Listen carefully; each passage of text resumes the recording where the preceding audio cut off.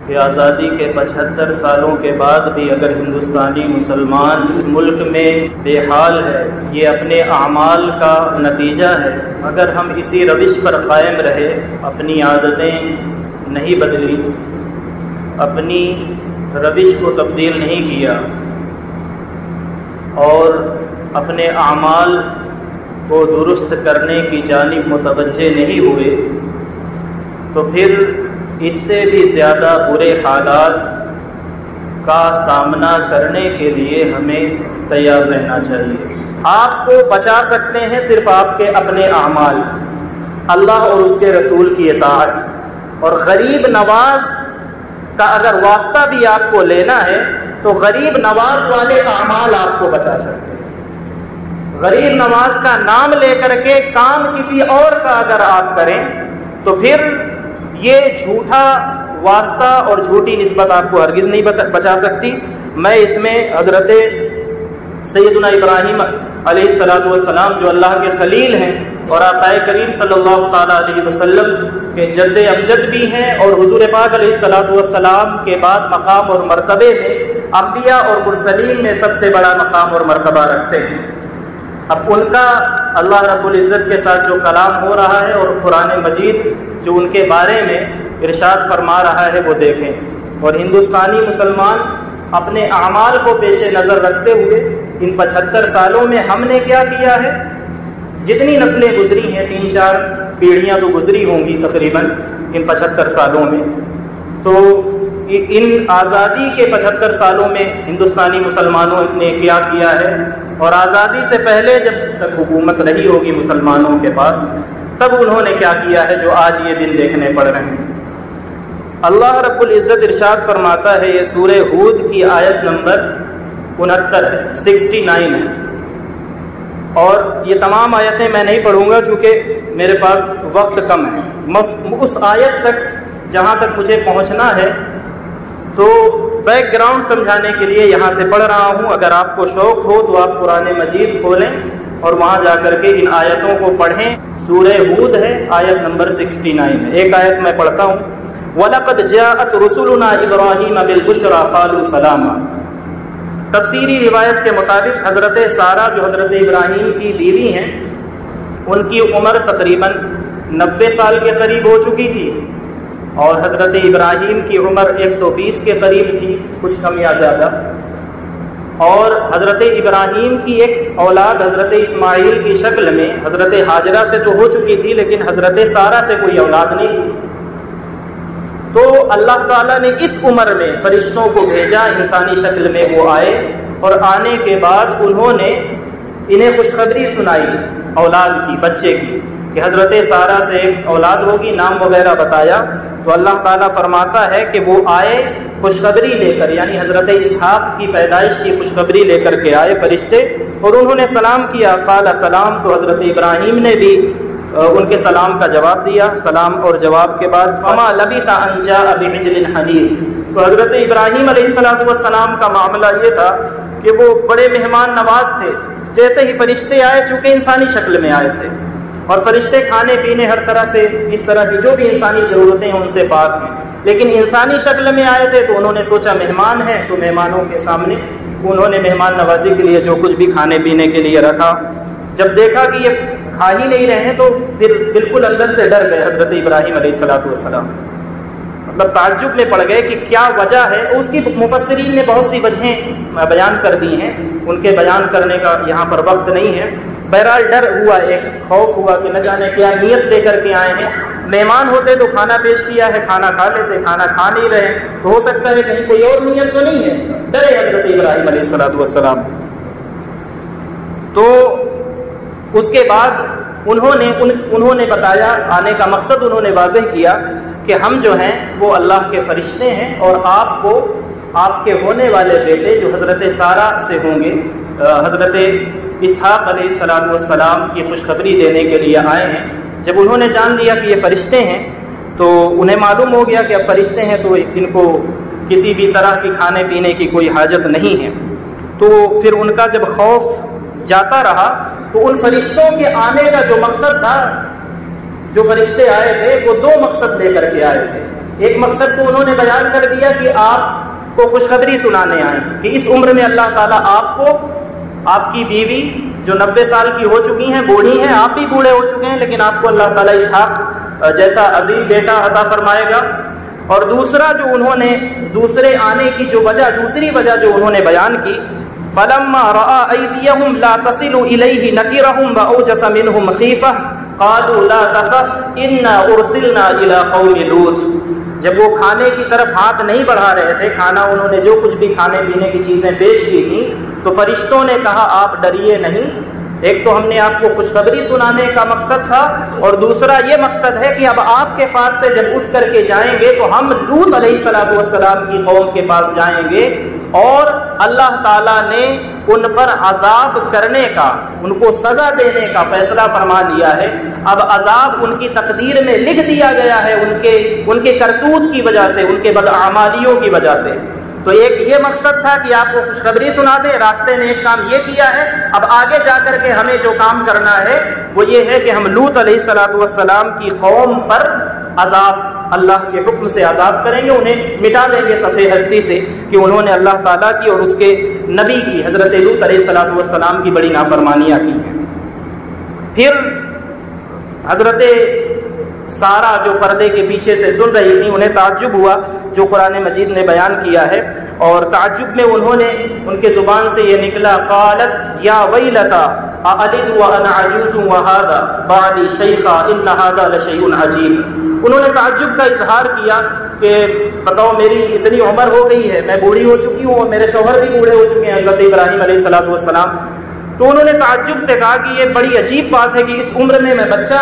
پیدا کروں گی، جبکہ میرے شوہر بھی بوڑھے ہو چکے ہیں، میں بھی بوڑھی ہو چکی ہوں۔ یہ آیت نمبر 71 اور 72 ہے۔ تو ان کے درمیان میں یہ باتیں چل رہی تھیں،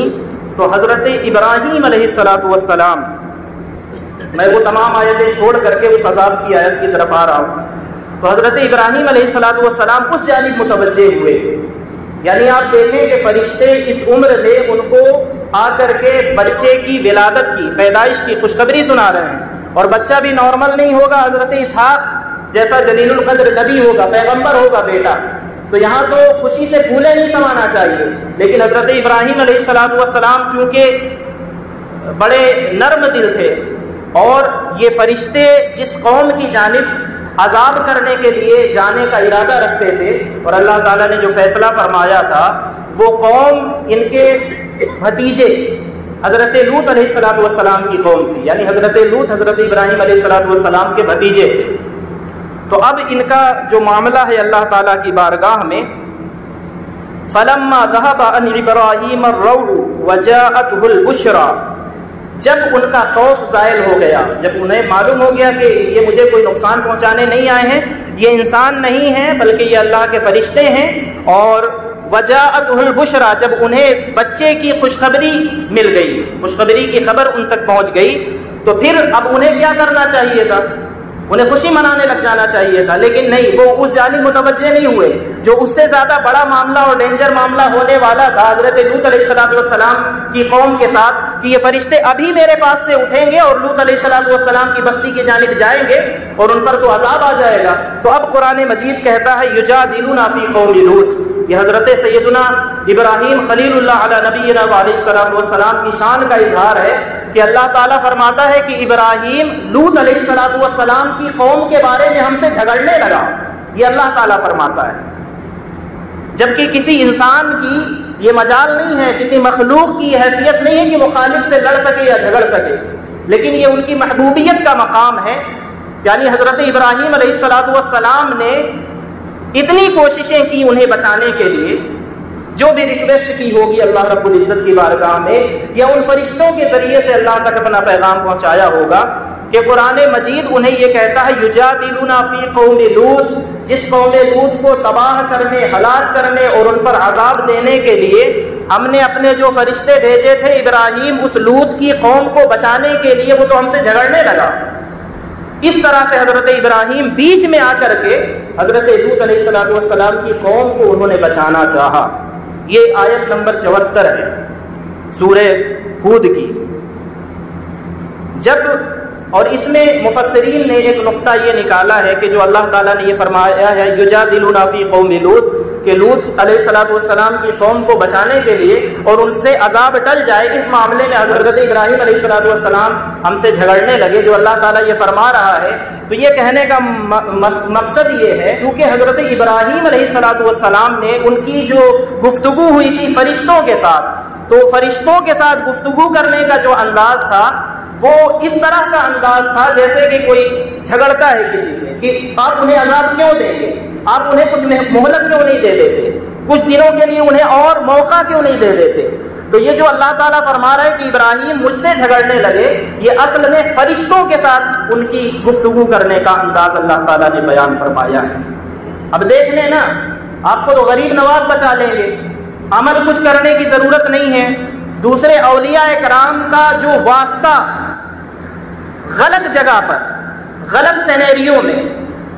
اور غلط طریقے سے سمجھانے کی کوشش کی جاتی ہے، آپ کو غریب نواز بچا لیں گے۔ میں آپ کو قرآن مجید دکھلا کر کے اور یہ آیتیں بتا کر کے، اور آپ کے پاس بھی اگر اللہ تعالیٰ نے توفیق دی ہے تو قرآن مجید جا کر کے کھول کر کے پڑھیں، اور پڑھنے کے بعد آپ کو سمجھ میں آئے گا کہ بیچ میں اس عذاب کو ٹالنے کی کوشش کرنے والا کوئی غریب نواز نہیں ہے، اللہ کا ولی نہیں ہے، اللہ کا جلیل القدر نبی ہے اور رسول ہے اور اللہ کا خلیل ہے، اور وہ یہ چاہتے ہیں کہ لوط علیہ السلام کی قوم پر عذاب نہ آئے، اور نہ آنے کا مطلب یہ نہیں ہے کہ کبھی نہ آئے، تھوڑے دن کے لیے انہیں مہلت مل جائے، ہو سکتا ہے اگر پوری کی پوری قوم نہ صحیح ہو سکتا ہے تو 4-10 لوگ اور اس میں سے بچ جائیں۔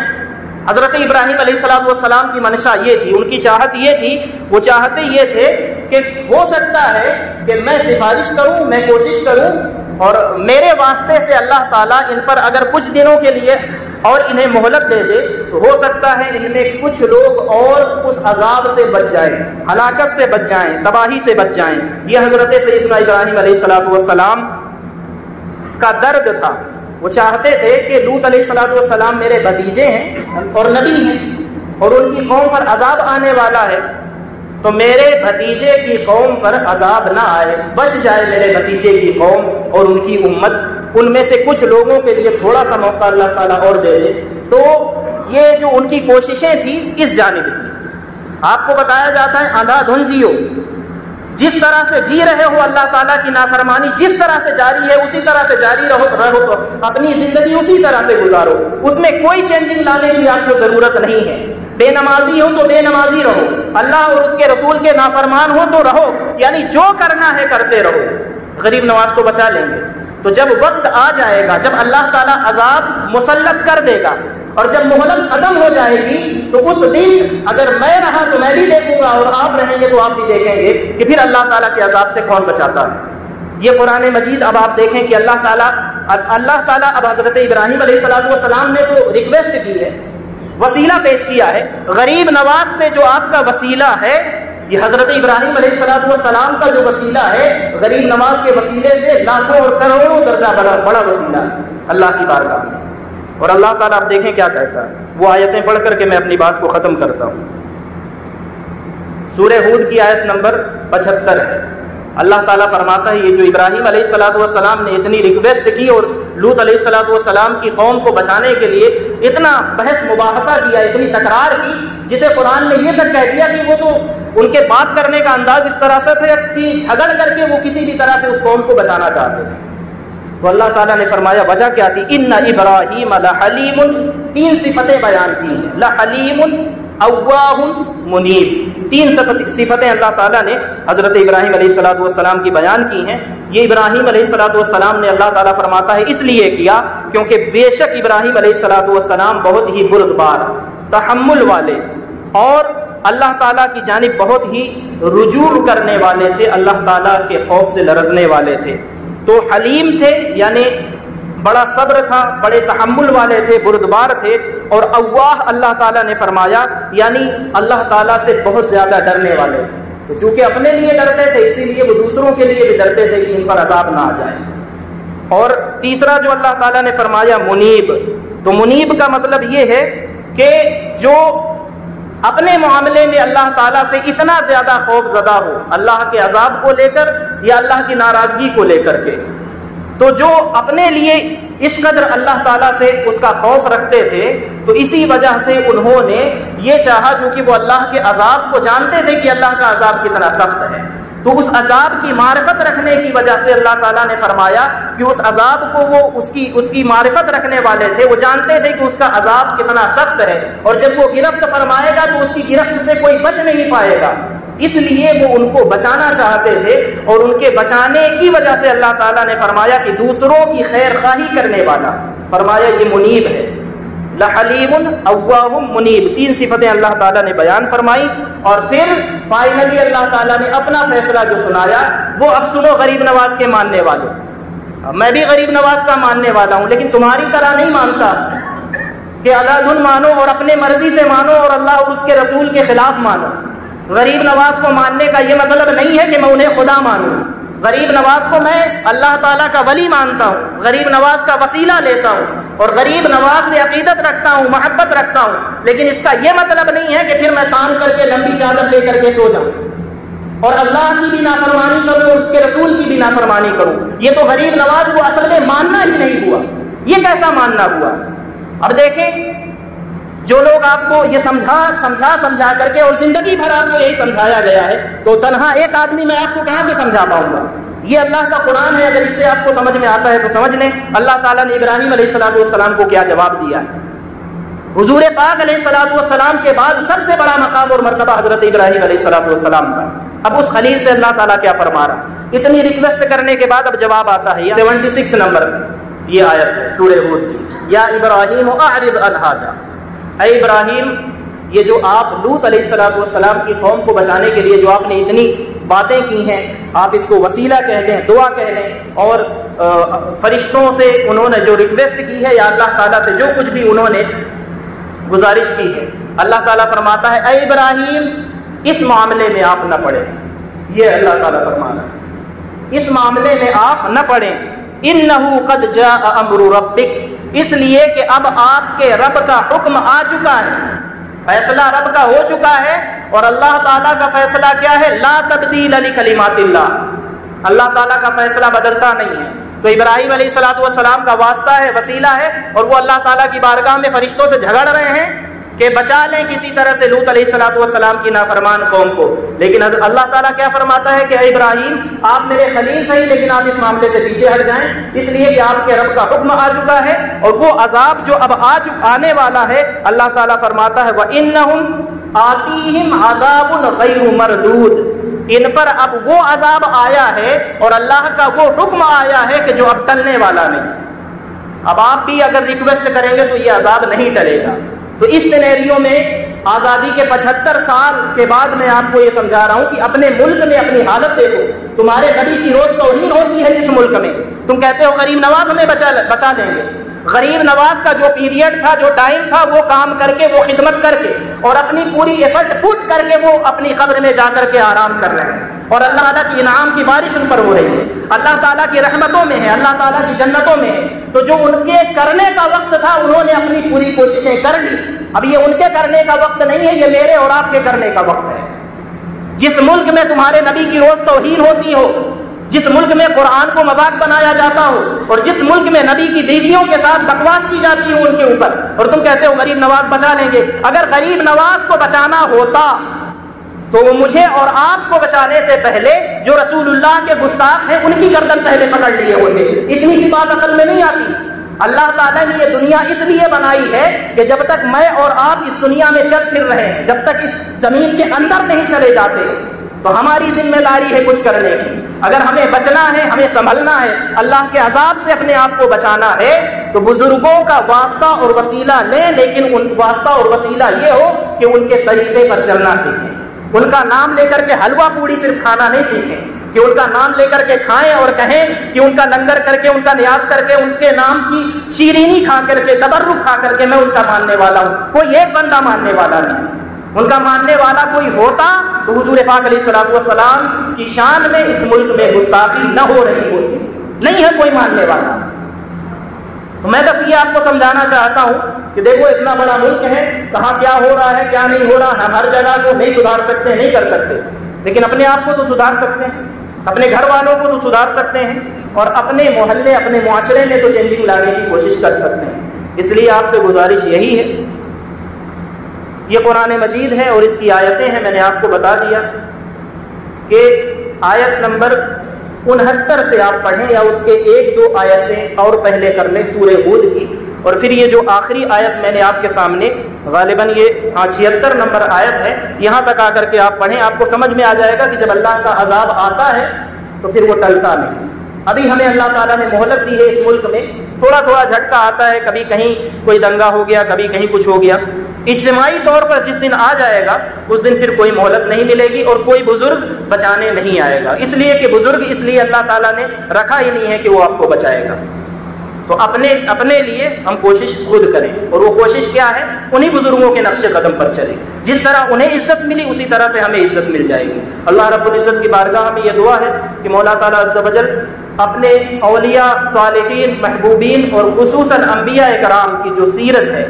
اسے صحیح معنوں میں سمجھ کر ان کے نقش قدم پر چلتے ہوئے عزت، عافیت اور اسلام کے ساتھ زندگی گزارنے کی توفیق عطا فرمائے. آمین یا رب العالمین بجاہ سید المرسلین. وما توفیقی اللہ